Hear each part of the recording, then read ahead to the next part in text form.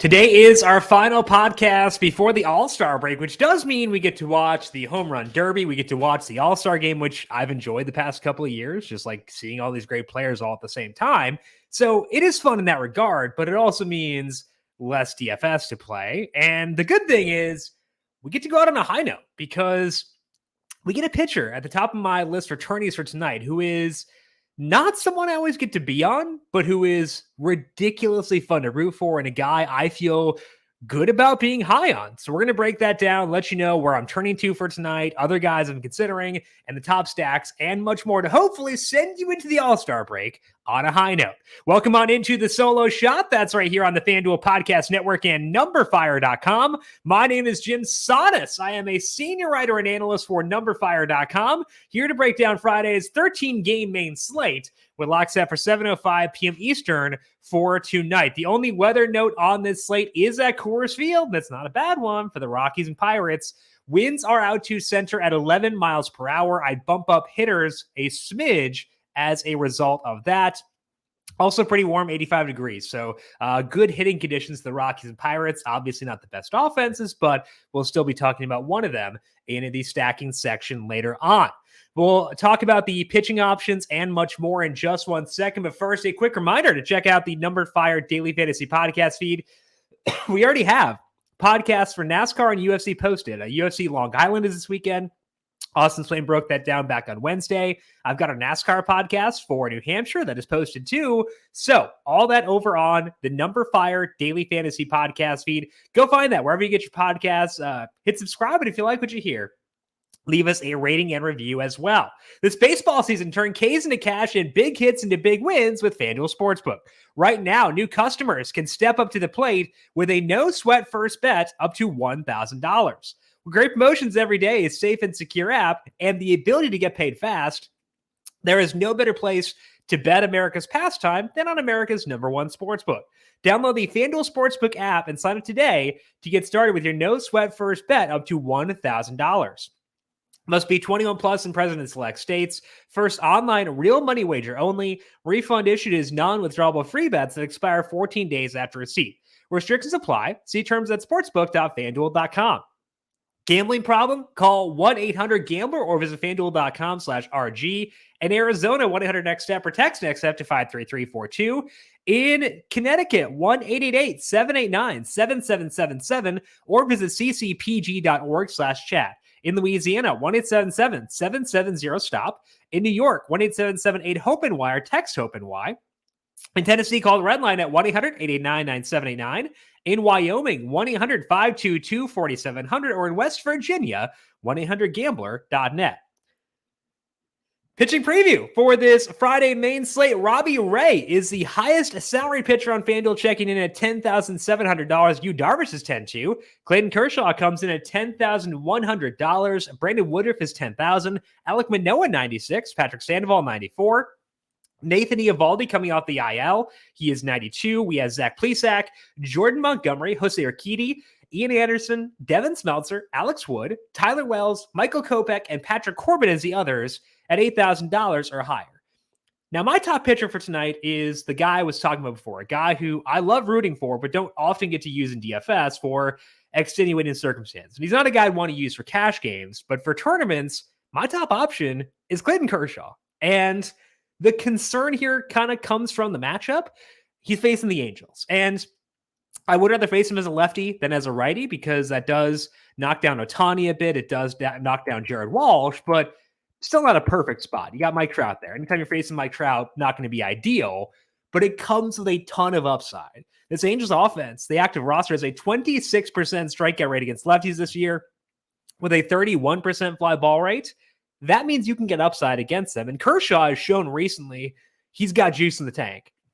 The primary thing with him in the past, and the reason I have not been on him as much, has been pitch count. It's been a talking point with Kershaw ever since that almost perfect game. We finally saw the Dodgers take the leash off him 2 starts ago. He went 98 pitches there. He went 102 in his most recent start, which is his longest outing this year. That's a huge boost to his appeal for DFS. And Kershaw went out and said, hey, I'm going to make you guys look smart, letting me go longer, because in those 2 starts, he went 14 2/3 innings. He had 18 strikeouts and allowed just 1 earned run. really sicko level stuff from Clayton Kershaw once again. And now you get him on a high pitch count in a good matchup. I kind of think that makes Kershaw the top tournament arm of the night. So it is risky. It's the Angels. It's Mike Trout, stuff like that. But I'm fine with it. Mike Trout, he's dinged up right now. I'm not totally sure he'll be in the lineup. I'll be high on Kershaw in tournaments here because the upside that he brings is increasing due to pitch count and stuff like that. So whether Trout plays or not, I think Clayton Kershaw, the top tourney arm of the night and a person I'm ecstatic I get to root for this slate. Number 2, I'm going to go Brandon Woodruff. It's kind of a lot of guys in contention for number 2. I think Woodruff is there. You could go with Alek Manoah. We'll talk about him in things to watch. Robbie Ray's in a pretty good spot facing off with the Rangers for tonight. Ray, 7.3 strikeouts for me, which is very much on par with Woodruff. I just feel a bit better about Woodruff. So let's talk about him here. A lot of this is the park. It's a great park for pitching. The matchup is fine against the Giants, and I think it's enough where we can feel good about Woodruff here. The Giants against righties, a 112 WRC plus with a 22% strikeout rate.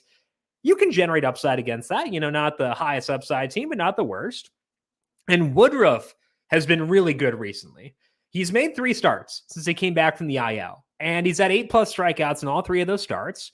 He's had some good high strikeout matchups in there, but converting on good matchups matters as well. For the full season, Woodruff has a 2.85 skill interactive ERA, which is the best mark on the slate. His strikeout rate is 32%, which is also the best. I have him projected for 7.3 strikeouts, which is not the top number. Kershaw actually has a top number for tonight, but it is pretty close. So I believe in Woodruff. I love what he has done so far. I will be on him against the Giants for tonight. So not a perfect spot for Woodruff, but I will put him number 2, slightly above Ray. If you wanted to fight me and put Ray higher, that's fine. I can definitely live with that. I think that there is a lot to like about him. And again, we'll talk about Alek Manoah when we get to things to watch later on. As far as the value play, I don't think there's really any ideal one in here personally. You could go Hunter Green. He's got upside. He's getting better. I think that we've seen legitimate improvements. The problem is he is on the road facing a low strikeout team in very warm weather, which is good for hitting. So it's a rough spot for him. I might use him in the second half of the year. I don't think this specific matchup is the right spot to do so. So I think what I'll do is just try to take advantage of a good weather game. And that leads me to the other side of that Woodruff game, which is Alex Wood at $8,300. The reason I don't love Wood, I'm not ecstatic about him as a value, is pitch count. He is all over the place in that regard. He did go 100 in one of his June starts, but he's been under 90 in 4 of 6 starts since then, which is why I have Wood projected for 85 pitches for tonight. It's hard to love a guy for DFS at 85 pitches. He can go higher than that. He threw 95 against the Pirates, 93 against the Tigers, so they will at times give him more leash. And the strikeouts have occasionally been there. He had 8 last time out against the Padres.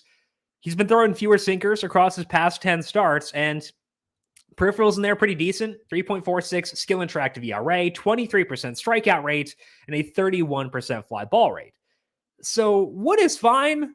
I have him projected for 4.9 strikeouts tonight with the upside for more if that pitch count goes higher. But even with that, I think I'd rather go to guys like Robbie Ray or Manoah after I get my Kershaw and my Woodruff. So I'm not going to have Wood in my player pool personally. I think that it's a night to spend up and just load up on those higher end guys, try to bask in their upside. I think there's enough there where I'd rather stay there. If you want a value, I'd go Wood. But to me, it's a good night to spend up for your pitching options. Let's dive now into the stacks for this Friday slate. We do have a Coors Field slate, as mentioned. Wind is out. Weather is hot. That's a good situation for stacking. So let's talk here about the Rockies. Rockies facing Jose Quintana, and Quintana is doing some pretty good things, but he's letting up a few too many balls in play. And the Rockies are not bad against lefties, so I think we can stack them here. Quintana has been cutting back on his sinker across his past 7 starts, and it's a good move for him. It's helped his peripherals quite a bit, but his batted ball data is about average and doesn't have a massive strikeout rate. That's led to some issues here. He let up 4 runs against the Tigers, the Braves, and the Brewers in this time. Also let up a couple homers to the Giants in San Francisco. And now he goes to Coors Field. I don't think it's a slam dunk to stack the Rockies here. It's not one of the most obvious stacking spots in the history of Coors Field, but it's a decent one. And I want to be on them as a result. So the Rockies, imperfect for sure, because Quintana is not awful, but I do think they belong on our list at least for tonight. We talked about Randal Grichuk earlier on the week and how he's been coming on. But one guy we have not discussed is Jose Iglesias, who's weirdly not a bad option against lefties. His ISO is 161. Obviously, that number is aided by playing his home games at Coors Field, but it's not bad. It means he has a path to upside, which I like. He hits sometimes at a decent spot in the order. He kind of bounces up and down, but like he's $2,900. If they were to bat him at a good spot, I'd have a hard time nitpicking him. I never thought I'd be on board with Jose Iglesias, but hey, he's taking advantage of Coors. That's kind of all you can ask for. Low salary on a slate where I want to spend up a pitcher. I think that's enough to at least make us okay with him. So again, Iglesias, similar to the Rockies, not a slam dunk, not perfect, but there's enough there where we can give it a shot for sure. Cleveland's facing Drew Hutchison tonight, and he's a guy letting up a ton of balls in play right now. So I think it's wise to stack Cleveland here as a result. Hutchinson has made 4 starts so far this year. His skill interactive ERA is 5.55. He has a 9% strikeout rate and a 4% walk rate, which means he's letting up ball in play about 85% of the time. 41% of those balls in play have been hard hit. So on average, despite not being fully stretched out, Hutchison has let up about 7.3 hard hit balls per game across 18 batted ball events. That's a good number of swipes at upside. And one of those starts was against Cleveland, and they didn't do a whole lot in that game. He let up just 1 earned run in 5 innings, and the results overall for Hutchison have been fine in this time. But I'm skeptical he can maintain that as the sample gets larger, as teams are seeing him the second time and stuff like that. Kind of just living dangerously by letting up that many balls in play. So Cleveland's not the most punishing team by any means. I'm not super enthused to stack them ever, but did stack them last night. Back again today. I think that there is enough here to give them a shot against Hutchison. I want to talk briefly about Franmil Reyes. We know he has tons of power, but he seems pretty uncomfortable at the plate right now. I think that in general, plate discipline stats, it can be a gauge of the command a batter has at the plate. And he doesn't have it right now. In the month of July, Reyes has a 36% strikeout rate with a 2% walk rate, but his ISO is 168, hitting a lot of hard contact, a 22% barrel rate. He's facing a low strikeout pitcher. And I think that's the key thing for me. Franmil Reyes against a medium strikeout pitcher, like a Merrill Kelly, probably not going there because, he gets enough strikeouts where he can strike out Reyes. Hutchison, I'm not sure. So I think in this situation, I'll be higher on Reyes than I usually am. Typically, I'm lower on him than consensus. But I think for tonight, I'll probably be in line with him because the plate discipline issues matter a bit less. And I can lean more on the power, and the power is very good. So Reyes, to me, gets a bump up as a result of the low strikeout pitcher, more so than most guys in that lineup would. If you want more of a tourney-centric stack for tonight, I would check out the Twins. They're facing Michael Kopech, and the Twins saw Kopech 2 weeks ago, and they got to him. They're now facing him again, and I still wouldn't expect them to be too popular because Kopech does carry some name value, but he's not pitching really well right now. The velocity for Kopech has been down across his past 6 starts, and it was especially bad last time out. We didn't see the impact of that because he was facing Detroit, but they didn't do much to punish him. But if we look at those 6 starts as a whole, Kopech has a 5.29 skill interactive ERA with a 51% fly ball rate and a 40% hard hit rate. The results have followed too. It's not just peripherals. His ERA in those 6 starts is 6.00. And the worst outing in that stretch was against this very same Minnesota team. In Chicago, he let up 6 runs with 4 dingers in 4 2/3 innings. Now, he has to see them again, this time on the road. That's a pretty rough setup for Kopech, and it's a pretty good one for the Twins. I love the power the Twins have been showing right now. I think we can be very high on them as a result and make them a tournament stack. I don't think they're like an outlandish tournament stack. So it's not like tourneys only. You can't look their way in other formats, but I'm guessing the Twins won't be super, super popular for today. Looking at implied team totals, they're behind the Rockies, Braves, Jays, Pirates, Guardians, and then it's the Twins after that. So might keep them in check. So the Twins, I think, a good tourney stack for today.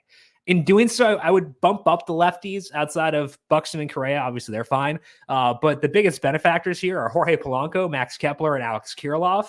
Luis Ariz is fine, but not a big power guy, whereas Polanco is kind of. He has a 239 ISO against righties this year. Ariz is at 115, which is better than he's been previously, so that's encouraging. Kepler 173 ISO, Kirilloff 165, and he's been much better since he came back up from AAA. So prioritize the lefties, still use Correa and Buxton for sure, but give the lefties a lot of love because of the numbers Kopech has had against lefties. And I think thinking back to that game, I'm pretty sure that was a game where Kirilloff had 2 home runs. I'm not totally sure, but overall, lefties get a bump up against Kopech for today. Things to watch. Do want to talk briefly on Alek Manoah. He's facing the Royals here, who have a depleted roster. They did win last night, so kudos to them for that. But it should still be a good spot for Manoah. And I wouldn't be shocked if, I think there's a non-zero chance he throws a no-hitter. That's the kind of situation, that's the kind of pitcher he is. But he's not a huge strikeout guy, and that matters a lot for DFS. Manoah has not had 50 FanDuel points since April. So we talked about Kershaw and Woodruff before. Kershaw had 60 points his last time out. He had 49 the time before that. That is more than Manoah has scored in any game since April. Woodruff has gone 48, 52, and 40 since he returned. So while I love Manoah, he's not as good for DFS as he is for real life. He's still good for DFS, and I think he'll pitch really well, and that does matter, but I want to shoot for a guy who has a chance to get me 70. I think that Kershaw can do that. I think that Woodruff can do that. So Manoah, really good real-life pitcher. His batted ball data is absurd, and he's really fun to watch, but not as good for DFS. So I want to shoot for the moon. If you want to do Manoah in cash, I think that's okay. Personally, I might still go like Kershaw or something like that there. But for tournaments for me, I'd rather turn to the higher upside guys like Robbie Ray, Woodruff, and Kershaw. The Pirates are at Coors Field tonight. I think they're better for one-offs than stacking. They're facing German Marquez, who's taken some steps forward recently, getting more ground balls again. So individuals here like Dan Vogelbach, O'Neill Cruz, even Jack Sawinski, I like. They're totally fine by me. Just not sure I can do a full stack of the Pirates given some of the issues they've had. So to me, it is a one-off on the Pirates and a full stack on the opposing side here with the Rockies for today. So Winsky's $2,600 too. So from a one-off perspective, numbers aren't great, but he can hit dingers. So I'm okay with him too. The Braves are facing Patrick Corbin tonight. I think they're great for one-offs, and I'm okay stacking them too. Corbin did have that one throwback game against the Pirates with a lot of strikeouts, but he's still letting up a good amount of hard contact. He faced the Braves last week, which means they're familiar with him. They scored 4 runs in that game, and they easily could have been the top 3 for stacks here. So you could even persuade me to put the Braves as high as second. If you put them above the Guardians, that's fine. Above the Twins, that's fine too. I would not push back on that. I think that honestly, they could be first. So I think the top 4 of the Rockies, Guardians, Twins, Braves, you could put any of those first. I wouldn't push back on it, but I think that the Braves, another one to mention for sure in terms of stacking for today. Let's finish up here with some dinger calls for today. For the boring one, we'll go to Coors Field, talk about CJ Cron facing off against the lefty. Again, Quintana has average batted ball numbers, but I kind of need better than average if you're going to face CJ Cron at Coors Field. So we'll go CJ Cron as the boring one for today. The fun one, I mentioned Alex Kirilloff. I'm pretty sure he had a 2-homer game in that game against Kopech a couple of weeks ago. I don't honestly know. I should probably know that because I'm talking about Kirilloff here in the fun section. Did not look at this prior to see if it actually was him. But Kirilloff, ever since he came back up from AAA, hitting the ball really hard when he was at AAA. There was a lot of hard contact down there as well.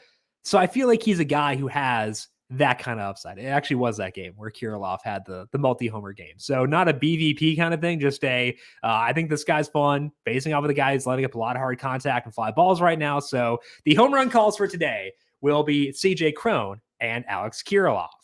That's all we have here for the first half of the season. Back here after the All-Star break on Friday for our first podcast, unless there's a 2-game slate Thursday. I honestly do not know what the schedule is. I should probably check, but got other things cooking for the All-Star break to figure out there. So we'll be back after the All-Star break with the solo shot every weekday. Of course, we have PGA DFS next week as well. NASCAR and UFC continuing to. So lots of good incentive to make sure you are subscribed to the Number Fire Daily Fantasy Podcast feed, wherever you get your podcasts. Hit subscribe, swing on back after the All-Star break, and we'll talk more MLB DFS then.